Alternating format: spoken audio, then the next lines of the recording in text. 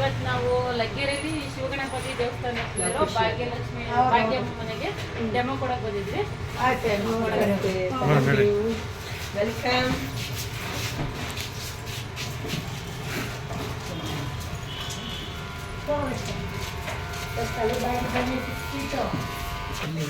ಕುತ್ಕೊಳ್ಳಿ ಸರ್, ಇಲ್ಲಿ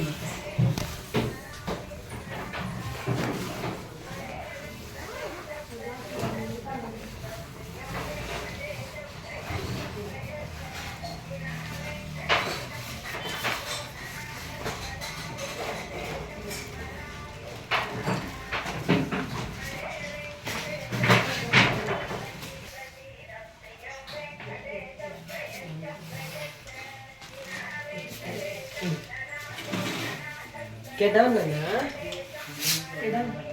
ಕುತ್ಕೊಳ್ಳಿ ಫಸ್ಟ್.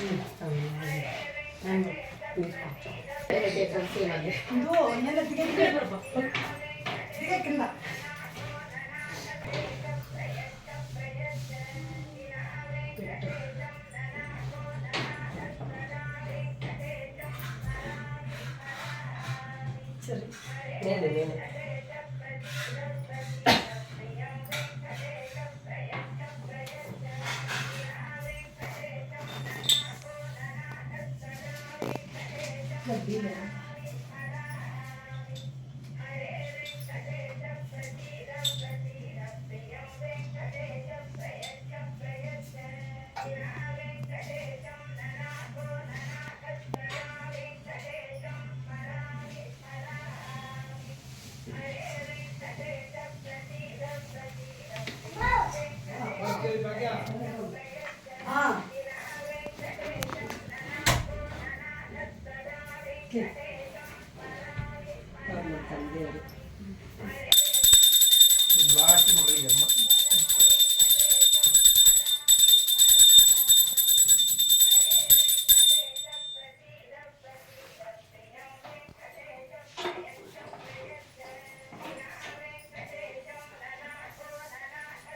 ನಿಮ್ಮ ಆರೋಗ್ಯ ಚೆನ್ನಾಗಿಟ್ಟಿರಲಿ.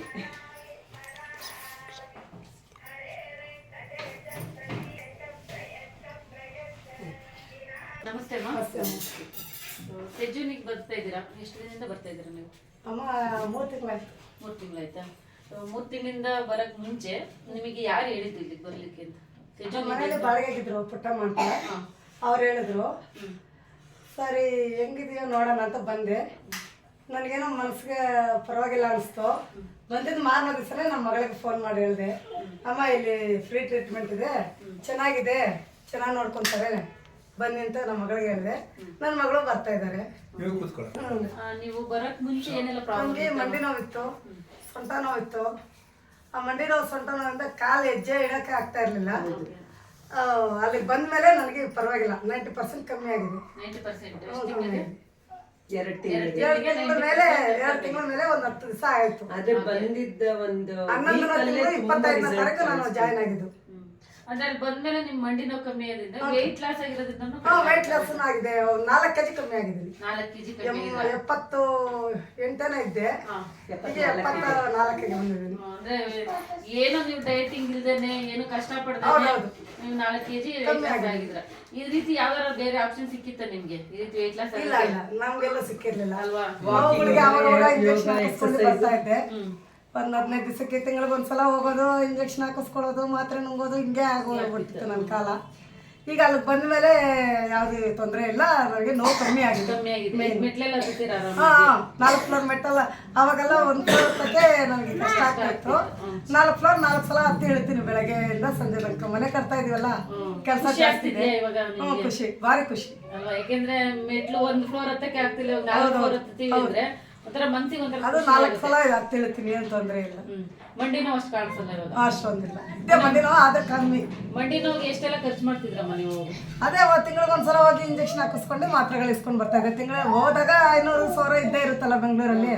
ನೀವು ಸೆಜೂನ್ಗೆ 2.5 ತಿಂಗಳಿಂದ ಬಂದ್ರಲ್ಲ, ಎಷ್ಟು ಖರ್ಚು ಮಾಡಿದ್ರ? ಅಲ್ಲಿ 1 ರೂಪಾಯಿ ಖರ್ಚು ಮಾಡಿಲ್ಲ. 1 ರೂಪಾಯಿ ಖರ್ಚು ಮಾಡ್ದಂಗೆ ಖರ್ಚಿಲ್ದಾಗ ನೀವು ಮಂಡಿ ನೋವು ಕಮ್ಮಿ ಮಾಡಿಸ್ಕೊಂಡಿದ್ದೀನಿ. ನನ್ಗೆ ಭಾರಿ ಖುಷಿ ಆಯ್ತು. ಅದಕ್ಕೋಸ್ಕರ ಮನೆಗೆ ಇರ್ಲಿ ಒಂದು. ಹೌದು, ಮನೆಗಿದ್ರೆ ನಾವು ಯೂಸ್ ಮಾಡ್ಕೋಬಹುದು. ನಮ್ಮ ಮನೆಯವ್ರು ವಯಸ್ಸಾದವರು, ಅವ್ರಿಗೂ ಮಂಡಿ ನೋವು ಅಂತವ್ರೆ, ಅವ್ರಿಗೂ ಯೂಸ್ ಆಗುತ್ತೆ. ನಮ್ಮ ಹಳೆಯ ಸರ್ ನೋವು ಅಂತವ್ರೆ, ಅವರು ಕ್ಲಿನಿಕ್ ಅಲ್ಲಿ ಕೂತಿರೋದೆ ಬೆನ್ನು ನೋವು ಅನ್ನೋರು, ಅವ್ರಿಗೆ ಯೂಸ್ ಆಗುತ್ತೆ. ಮಕ್ಳು ಮರಿಯಾಗೆಲ್ಲ ಯೂಸ್ ಆಗುತ್ತಲ್ಲ. ಎಲ್ರು ಬರಕ್ಕಾಗಲ್ಲ ಅಲ್ಲಿ. ಎಲ್ಲರೂ ಬರಕ್ಕಾಗಲ್ಲ, ಗಂಡಸರೆಲ್ಲ ಮೇನ್ ಬರಕ್ಕಾಗಲ್ಲ. ಅವ್ರ ರೊಟ್ಟೆ ಪಾಡು ಬೆಳಗ್ಗೆ ಹೋದ್ರೆ ಸಂಜೆ ಬರ್ತಾರೆ, ನೋವುಗಳಿಂದ ಒದ್ದಾಡ್ತಾರೆ. ನಾವೇನೋ ಮನೇಲಿ ಫ್ರೀ ಆಗಿದ್ದೀವಿ, ನಾವು ಬರ್ಬೋದು. ಗಂಡಸರೆಲ್ಲ ಬರಕ್ಕಾಗಲ್ವಲ್ಲ, ಆದ್ರಿಂದ ಅದು ಮನೇಲಿದ್ರೆ ಎಲ್ರು ಯೂಸ್ ಮಾಡ್ಬೋದು, ಎಲ್ಲಾರ್ಗು ಯೂಸ್ ಆಗುತ್ತೆ. ಯೂಸ್ ಮಾಡ್ಬೋದು. ಹೌದು, ಆಮೇಲೆ ಇವ್ರು ಹೌದು, ಎಲ್ಲಾರ್ಗು ಯೂಸ್ ಆಗುತ್ತೆ ಅಂತಲೇ ನಾವು ಹಾಕೋಬಹುದು. ತಗೊಂಡು ಬ್ಯಾಕ್ ಪೇನ್ ಕೂಡ ವಾಸಿ ಆಗುತ್ತೆ, ಮತ್ತೆ ಮಂಡಿ ನೋವು ಕೂಡ ಹಾಕೋಬಹುದು. ಹೊಟ್ಟೆ ಸ್ವಲ್ಪ ಕಡಿಮೆ ಆಗುತ್ತೆ. ಏನನ್ಸುತ್ತಮ್ಮ ಅದ್ರ ಬಗ್ಗೆ ನಿಮ್ಗೆ? ಮೇನು ನನಗೆ ಹೊಟ್ಟೆ ಕಮ್ಮಿ ಆಗ್ಬೇಕು, ಅದೇ ಬೇಕಾಗಿರೋದು. ಎಷ್ಟು ಕಮ್ಮಿ ಆಯ್ತಲ್ಲಿ ಬಂದ್ಮೇಲೆ? 4 kg ಕಮ್ಮಿ ಆಯ್ತು. 4 kg ಹೊಟ್ಟೆ ಸ್ವಲ್ಪ ಹಿಂದೆ ಹೋಯ್ತಲ್ವಾ? ಹೋಯ್ತು. ಅನ್ಸಲ್ವಾ? ಯಾಕೆಂದ್ರೆ ನಾವು ಹಾಕೋ ಬಟ್ಟೆನಲ್ಲಿ ಗೊತ್ತಾಗುತ್ತೆ ನಮ್ಮ ಹೊಟ್ಟೆ ಯಾವ ರೀತಿ ಕಾಣಿಸ್ತಿತ್ತು, ಇವಾಗ ಯಾವ ರೀತಿ ಇದೀವಿ ಅಂತ. ನಮ್ಮ ಅಣ್ಣವ್ರ ಮನೆ ಕಡೆ ಎಲ್ಲ ಫ್ಯಾಮಿಲಿನಲ್ಲಿ ಅವರು ಬಾರಿ ಸಣ್ಣ ಇರೋದು. ನಮ್ಮನ್ನ ನೋಡಿದ್ರೆ ಗೇಲಿ ಮಾಡೋರು, ನಮ್ಮ ಅಣ್ಣನ ಮಕ್ಳು ಸೋದತ್ತೆ ಎಲ್ಲ ಕಾಮಿಡಿ ಮಾಡೋರು. ನನಗೆ ನನ್ನ ಮನ್ಸಲ್ಲೇ ಅನ್ಸೋದು, ನನಗೆ ಯಾವಾಗ ಹೊಟ್ಟೆ ಕಮ್ಮಿ ಆಗುತ್ತಪ್ಪ ಅಂತ. ಏನೋ ಭಗವಂತನ ದಯದಿಂದ ಆ ಸಜ್ಜನಿಗೆ ಸಿಕ್ಕ ಇವ್ರ ಸರ್ಗೆ ನಾವು ಥ್ಯಾಂಕ್ಸ್ ಹೇಳ್ಬೇಕು ನೋಡಕ್ಕಾದ್ರೆ. ಯಾಕಂದ್ರೆ ಅವರು ಅಲ್ಲಿ ಸಜ್ಜನ್ ಮಾಡಿದ್ರೆ ನಾವು ಬರ್ತಾ ಇದ್ದೀವಿ, ಇಲ್ಲಾಂದ್ರೆ ನಾವು ನಮ್ಗೆ ಗೊತ್ತಿರ್ಲಿಲ್ವಲ್ಲ, ಬರಕ್ ಆಗ್ತಿರ್ಲಿಲ್ಲ. ಇಲ್ಲ ಅಂದಿದ್ರೆ ಓಪನ್ ಮಾಡಿರಲಿಲ್ಲ ಅಂದ್ರೆ ಬರಕ್ ಆಗ್ತಿರ್ಲಿಲ್ಲ. ಎಷ್ಟೋ ದೂರ ಇದ್ರು ಹೋಗಕ್ ಆಗಲ್ಲ. ಹೌದು, ನಿಮಗೆ ಹತ್ರಕ್ಕೆ ಪುಣ್ಯ. ನಮ್ಗೆ ದೇವಸ್ಥಾನ ನಮ್ಮ ಹತ್ರನೇ ಬಂದಾಗ ದೇವ್ರ ಕೈ ಮುಗಿಯಕ್ಕೆ ನೋವು ತೊಂದ್ರೆ ಅಲ್ವಾ? ದೇವಸ್ಥಾನ ಹತ್ರದಲ್ಲಿ ಇರುವಾಗ ನಾವು ದೇವ್ರ ಕೈ ಮುಗಿಯಕ್ಕೆ ತೊಂದ್ರೆ ಇಲ್ವಲ್ಲ, ಆದ್ರಿಂದ ದೂರಕ್ಕೆಲ್ಲ ಹೋಗ್ತಿವಿ ಇಂಜೆಕ್ಷನ್ಗೆ ಅಥವಾ ಏನಕ್ಕಾದ್ರೂ. ಇಲ್ಲ ಹತ್ರ ಇದ್ದಾಗ ಬಂದು ತೊಳೋದ್ರಿಂದ ಯಾವ್ದು ಸೈಡ್ ಎಫೆಕ್ಟ್ ಅಂತ ಇರಲ್ಲ. ತೊಂದ್ರೆ ಇಲ್ಲ, ಇದು ತಗೊಂಡಿದ್ದಕ್ಕೆ ಏನು ತೊಂದ್ರೆ ಆಗಲ್ಲ, ಮುಂದಕ್ಕೂ ತೊಂದ್ರೆ ಆಗ್ಬಾರ್ದು ಅಂತಾನೆ ನಾವ್ ಇದನ್ನ ಬುಕ್ ಮಾಡಿದ್ವಿ. ಇದನ್ನ ತಗೊಂಡು ಮನೆಯಲ್ಲಿ ಎಲ್ಲರೂ ಯೂಸ್ ಮಾಡ್ಕೊಂಡು ಆರೋಗ್ಯಗಿರೋಣ. ಈಗ ಅಲ್ಲಿ ಬರ್ಬೋದು, ಆಮೇಲೆ ಅಕಸ್ಮಾತ್ ಬೇರೆ ಕಡೆ ಚೇಂಜ್ ಮಾಡ್ಬೋದು. ಅವಾಗ ಅಷ್ಟು ದೂರ ಹೋಗಕ್ಕಾಗಲ್ಲ. ಒಂದ್ಸಲ ಖರ್ಚು ಮಾಡ್ಬಿಟ್ರೆ ಏನೋ 10-15 ವರ್ಷ ಬಳಸ್ಕೋಬೋದಲ್ಲ, ನಮ್ಮ ಮೈ ಆರಾಮ್ ಮಾಡ್ಕೋಬೋದಲ್ಲ. ಚಪ್ಪಾಳೆ ಯಾಕೆಂದ್ರೆ ಇಷ್ಟು ನಾವು ಖರ್ಚು, ಕೆಲವ್ರು ಹೇಳ್ತಾರಮ್ಮ ಇಷ್ಟೊಂದು ಖರ್ಚು ಮಾಡಿದ್ರೆ ಅದು ಬೆನಿಫಿಟ್ ಇದೆಯಾ, ಇಷ್ಟೊಂದು ಹಾಕೋ ಬಂಡವಾಳನ ಅಂತ ಅಂತಾರೆ ಕೆಲವರು. ಒಂದು ನಮ್ಗೆ ಗಾಚಾರ ಕಟ್ಟದಾಗಿದ್ದಿ, ನಾವ್ ಒಂದ್ಸಲ ಹಾಸ್ಪಿಟಲ್ಗೆ ಅಡ್ಮಿಟ್ ಆದ್ರೆ ಆ ಲಕ್ಷಗಳು ಕಟ್ಬೇಕು. ಕಿಡ್ನಿ ಹೋಯ್ತು, ಅದು ಹೋಯ್ತು, ಇದು ಹೋಯ್ತು, 10 ಲಕ್ಷ 5 ಲಕ್ಷ ಅಂತಾರೆ. ಟಿವಿನಲ್ಲಿ ನೋಡ್ತಾ ಇದ್ರೆ ಒಂದ್ ಮಗುಗೆ ಟಿವಿನಲ್ಲಿ 50 ಲಕ್ಷ ಕಟ್ಟಬೇಕು ಆಪರೇಷನ್ಗೆ ಅಂದ್ರು. ಟಿವಿನಲ್ಲಿ ಆತರ ಏನಾದ್ರು ತೊಂದರೆಗಳಾದ್ರೆ ಆಗ್ಬಾರ್ದು. ಆರೋಗ್ಯದ ಬಗ್ಗೆ ಕಾಳಜಿ ಇರ್ಬೇಕಲ್ವಾ? ಮುಂದೆ ಆಗೋ ದೊಡ್ಡದನ್ನ ಚಿಕ್ಕದಲ್ಲೇ ವಾಸಿ ದೊಡ್ಡದಾಗೋದ್ ಬೇಡ. ಮನೆಯಲ್ಲಿ ಪ್ರತಿಯೊಂದು ವಸ್ತುಗೂ ನಾವು ಜಾಗ ಕೊಟ್ಟಿದ್ದೀವಿ, ಫ್ರಿಡ್ಜ್ ಆಗಿರ್ಬೋದು, ವಾಷಿಂಗ್ ಮಿಷಿನ್ ಆಗಿರ್ಬೋದು. ಆದ್ರೆ ಆರೋಗ್ಯಕ್ಕೆ ಸಂಬಂಧಪಟ್ಟಾಗ ಯಾವ್ದು ಇರಲ್ಲ, ಮಾತ್ರ ಒಂದ್ ಬಿಟ್ರೆ ಅಲ್ವಾ? ಆದ್ರೆ ಈ ರೀತಿ ಈಗ ನನ್ ಮಗಳು 1.5 ಲಕ್ಷ ಕೊಟ್ಟು ಬೆಳ್ಳಿ ತೆಗೆದು ಹಾಕಿದ್ರು, ಅದೇನು ಯೂಸ್ ಮಾಡ್ತಾ ಇಲ್ಲ. ಅಲ್ಲಿ ರೂಮಲ್ಲೇ ಇತ್ತು, ಏನಕ್ಕೂ ಯೂಸ್ ಇಲ್ಲ. ಅದು 1.5 kg 2 kg ಹತ್ರ ಮಾಡಿಸಿದ್ರು, 1.5 ಲಕ್ಷ ಕೊಟ್ಟು ಏನಕ್ಕೆ ಯೂಸ್ ಮಾಡ್ತಾ ಇಲ್ಲ. ಕಾರ್ ತಗೊಂಡ್ವಿ, ಕಾರ್ ಬೇರೆಯವ್ರ ಮನೆ ತಗೊಂಡ್ಬಿಟ್ಟಿದ್ವಿ, ನಾವು ಮನೆ ಕಟ್ತಾ ಇದ್ವಿ, ಜಾಗ ಇಲ್ಲ ಅಂತ. ಯಾರ ಮನೆಗೂ ಇಡಂಗಿಲ್ಲ, ಇಷ್ಟ ಜಾಗ ಇದ್ರೆ ಸಾಕು, ನಮ್ಮನೇಲೆ ಇರ್ತದೆ. ಮತ್ತೆ ಒಬ್ರಿಗಲ್ಲ, ಇದು ಎಲ್ಲರೂ ಯೂಸ್ ಮಾಡ್ಬೋದು. ಹೌದೌದು, ಚಿಕ್ಕ ಮೇನು ನಮ್ಮ ಮನೆಯವ್ರಿಗೆ ನಮ್ಮ ಅಳಿಯನ್ಗೆ ತುಂಬಾ ತೊಂದರೆ ಇತ್ತು, ಅವರಿಂದ ತಗೊಂಡಿದ್ವಿ. ಇವಾಗ ನೀವಂತೂ ನಾವಂತೂ ಬರ್ತೀವಿ, ನಾನು ನನ್ನ ಮಗಳು ಬರ್ತೀವಿ. ಅವ್ರಿಗೆ ಬರಕ್ ಆಗಲ್ಲ, ಟೈಮ್ ಇಲ್ಲ ಅವ್ರಿಗೆ.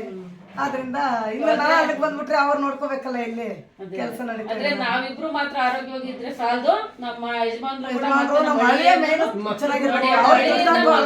ಪ್ರೀತಿ ಅತ್ತೆ ಸಿಕ್ಕಿದರೆ ನಮ್ಮ ಹಳೆಯ ದುಡ್ಡು ನಮ್ಗೆ ಹಾಕೋರು, ನಾವು ನಮ್ಮ ಹಳೆಯನ ಮಗನ್ ತರ ನೋಡ್ಕೋಬೇಕಲ್ಲ. ಅದು ಖುಷಿ. ಅಪ್ಪ ಅಮ್ಮ ಇಲ್ಲ ಅವ್ರಿಗೆ, ನಾವೇ ಅಪ್ಪ ಅಮ್ಮಂದಿರ್ತಾರ, ನಾವು ನೋಡ್ಕೋಬೇಕು. ನಾವು ಇವಾಗ ಚೆನ್ನಾಗಿ ನೋಡ್ಕೊಂಡಿರ್ತಾನೆ, ಮುಂದಕ್ಕೆ ನಾವು ಬಿದ್ದಾಗ ನಮ್ಮ ಹಳೆಯ ನೋಡ್ಕೊತಾರೆ.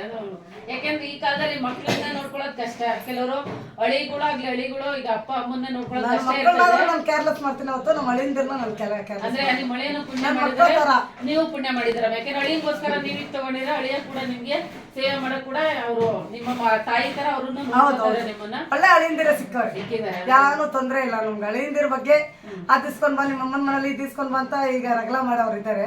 ಆದ್ರೆ ನಮ್ಮ ಹಳಿಯಿಂದಿರು ದೇವ್ರಂತವ್ರು. ಅಂದ್ರೆ ಅವ್ರಿಗೋಸ್ಕರ ಇದು ತಗೊಂಡಿದಾರ. ಸೊ ನಿಮ್ಗೆ ನಮ್ ಸೆಜುನ್ ಕಡೆಯಿಂದ ಧನ್ಯವಾದಗಳು. ಅದೇ ರೀತಿ ಸೆಜುನಿಗೆ ಬರೋರ್ಗೆ ಏನ್ ಹೇಳಕ್ ಇಷ್ಟಪಡ್ತೀರಮ್ಮ? ಅಲ್ಲಿ ಬರ್ತಾರೆ ಎಲ್ಲಾರು ಬಂದ್ರೆ ಒಳ್ಳೇದು, ಅವ್ರವ್ರ ಆರೋಗ್ಯ ಅವ್ರು ಪಡ್ಕೊಂತಾರೆ. ಕೆಲವರು ಈಗ ನಾನು ಹಣ ಕಳ್ಸ್ಬೇಕಾದ್ರೆ ಒಬ್ರು ಕೊಟ್ಬಿಡ್ಬೋದು, ಒಬ್ರ ಹತ್ರ ಈಸ್ಕೋಬಹುದು, ಆರೋಗ್ಯನ ಈಸ್ಕೊಳಕ್ಕಾಗಲ್ಲ. ಅಲ್ವಾ?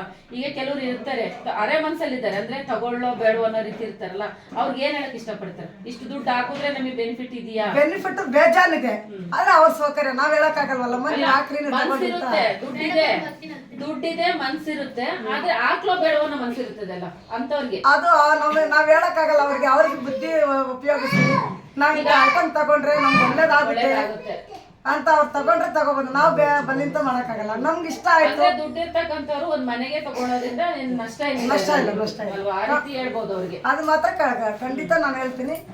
ಅದ್ರ ಬಗ್ಗೆ ನಷ್ಟ ಇಲ್ಲ. ಅದು ಬಂಡವಾಳ ಹಾಕಿದ್ರೆ ಅದು ಅವ್ರಿಗೆ ಯೂಸ್ ಆಗುತ್ತೆ, ಅವ್ರ ಮಕ್ಳು ಮರಿಗೆ ಯೂಸ್ ಆಗುತ್ತೆ. ಮತ್ ಇನ್ನೊಂದು ಆರೋಗ್ಯ ಇದ್ರೆ ತಾನೇ ನಾವು ಹೊರಗಡೆ ಅಷ್ಟೇ. ನಮ್ಗೆ ಆರೋಗ್ಯ ಇದ್ರೆ ನಮ್ ಕೆಲಸ ನಾವ್ ಮಾಡ್ಕೋಬಹುದು, ನಾವ್ ಹೊರಗಡೆ ಹೋಗ್ಬೋದು, 4 ಕಾಸು ದುಡಿಬಹುದು. ನಮ್ಗೆ ಆರೋಗ್ಯನೇ ಕೆಟ್ಟೋದ್ರೆ ಎಷ್ಟು ಬಿಲ್ಡಿಂಗ್ ಇಟ್ಕೊಂಡು ಇಲ್ಲ. ಅಲ್ವಾ? ಸೊ ಆರೋಗ್ಯ ದೃಷ್ಟಿಯಿಂದ ನೀವು ಇದನ್ನ ಮನೆಗೆ ಪರ್ಚೇಸ್ ಮಾಡಿದ್ರ. ಕೊನೆಯದಾಗಿ ಸೆಜುನಲ್ಲಿ ಏನ್ ಹೇಳಕ್ ಇಷ್ಟಪಡ್ತೀನಿ? ತುಂಬಾ ಸಾರ್ ದೇವ್ರ ಅಂತವ್ರು ಬಿಡ್ರಿ, ಅವ್ರ ಬಗ್ಗೆ ನಾವ್ ಹೇಳಕ್ ಆಗಲ್ಲ. ಒಂದ್ ಮಾತಲ್ಲಿ ಹೇಳಿದ್ರು ಸೆಜುನ್ ಅಂತಕ್ಕಂಥದ್ನ ತಂದಿದ್ದೆ ನಮ್ ಸರ್. ಹೌದು. So Prem Kumar sir